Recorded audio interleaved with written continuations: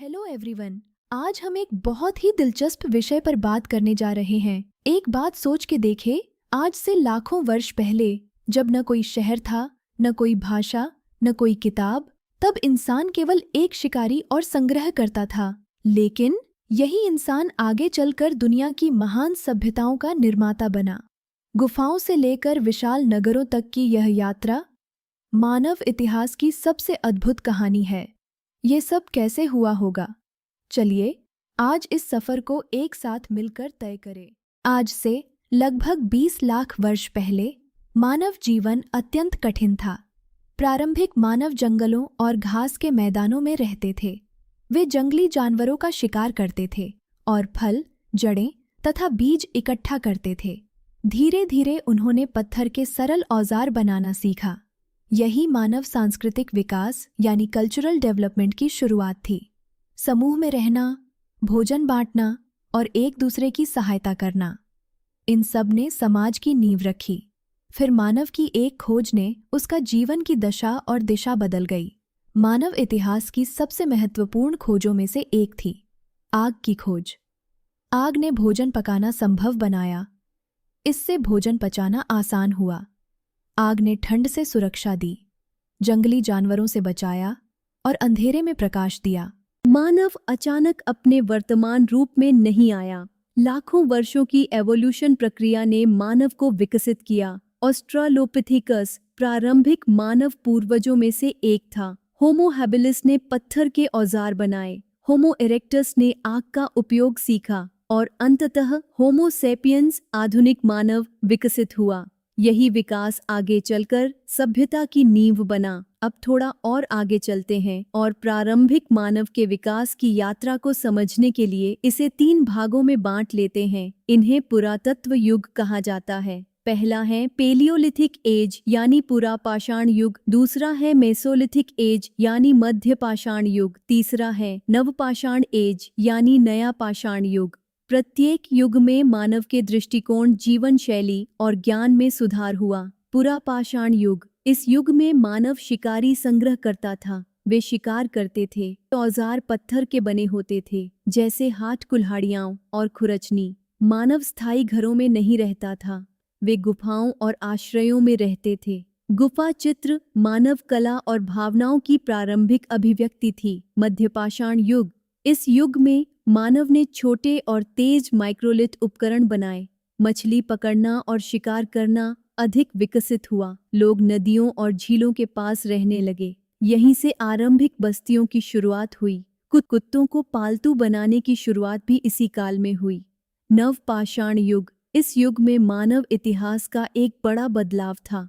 मानव ने खेती करना सीखा। गेहूं, जौ, चावल और बाजरा जैसी फसलें उगाईं। जानवरों को पालतू बनाया गया, जैसे भेड़, बकरी, मवेशी और कुत्ते। अब लोगों को भोजन की तलाश में भटकना नहीं पड़ता था। उन्होंने स्थायी बस्तियां बनाई। पॉलिश्ड स्टोन के औजार, मिट्टी के बर्तन और बुनाई का विकास हुआ। अब हर व्यक्ति को खेती करने की आवश्यकता नहीं थी। कुछ लोग कलाकार बने, कुछ व्यापारी। यहीं से श्रम विभाजन प्रारंभ हुआ। व्यापार और शिल्प का विकास हुआ। धीरे धीरे गांव नगरों में बदलने लगे। इसी परिवर्तन को नवपाषाण क्रांति कहा जाता है। इस क्रांति ने बहुत सारी सभ्यताओं को जन्म दिया और हमने एक नए युग में प्रवेश किया। अब चलते हैं ऐसी सभ्यताओं की और जो इतिहास में अपनी एक पहचान रखती हैं। सबसे पहली सभ्यता है हड़प्पा सभ्यता। यह दुनिया की सबसे विकसित शहरी सभ्यताओं में से एक थी। यह भारतीय उपमहाद्वीप के उत्तर पश्चिमी भाग में विकसित हुई। हड़प्पा वासी अपने सुनियोजित नगरों के लिए प्रसिद्ध थे। सीधी सड़कें, ग्रिड पैटर्न लेआउट और उन्नत जल निकासी व्यवस्था।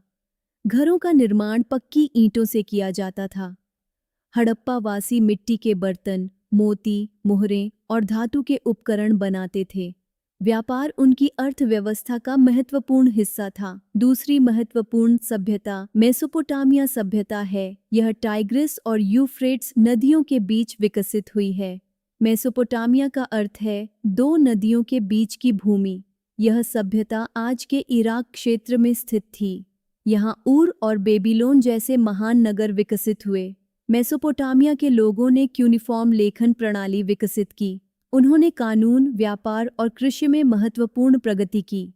यह क्षेत्र सुमेरियन, अक्कादियन, बेबीलोनियन और असीरियन संस्कृतियों का घर था। अब बात करते हैं नील नदी के किनारे पर स्थित सभ्यता के बारे में। मिस्र की सभ्यता। नील नदी को मिस्र की जीवन रेखा कहा जाता था। नदी की वार्षिक बाढ़ उपजाऊ मिट्टी लाती थी। मिस्रवासी मृत्यु के बाद जीवन में विश्वास करते थे। इसी कारण उन्होंने विशाल पिरामिड और मंदिर बनाए। उसे वास्तुकला, चिकित्सा, गणित और कला में भी प्रगति की। आइए अब एक और सभ्यता की ओर बढ़ें। इस अध्याय की अंतिम सभ्यता है चीनी सभ्यता। यह सभ्यता पीली नदी हुआंग-हे के किनारे विकसित हुई। नदी ने उपजाऊ भूमि दी, लेकिन विनाशकारी बाढ़ भी लाई। फिर भी चीनी सभ्यता ने एक मजबूत और सामंजस्यपूर्ण समाज बनाया। यहाँ चावल और बाजरा जैसी फसल उगाई जाती है। चीनी लोगों ने रेशम उत्पादन, मिट्टी के बर्तन, कांस्य उपकरण और प्रारंभिक लेखन प्रणालियों में महत्वपूर्ण योगदान दिया। परिवार, बड़ों का सम्मान और परंपराएं चीनी समाज का महत्वपूर्ण हिस्सा थे।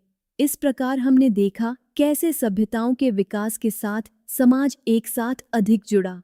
श्रम के विभाजन के आधार पर समाज अलग अलग वर्गों में बंट गया। किसान, कारीगर, व्यापारी और पुजारी समाज का महत्वपूर्ण हिस्सा बने।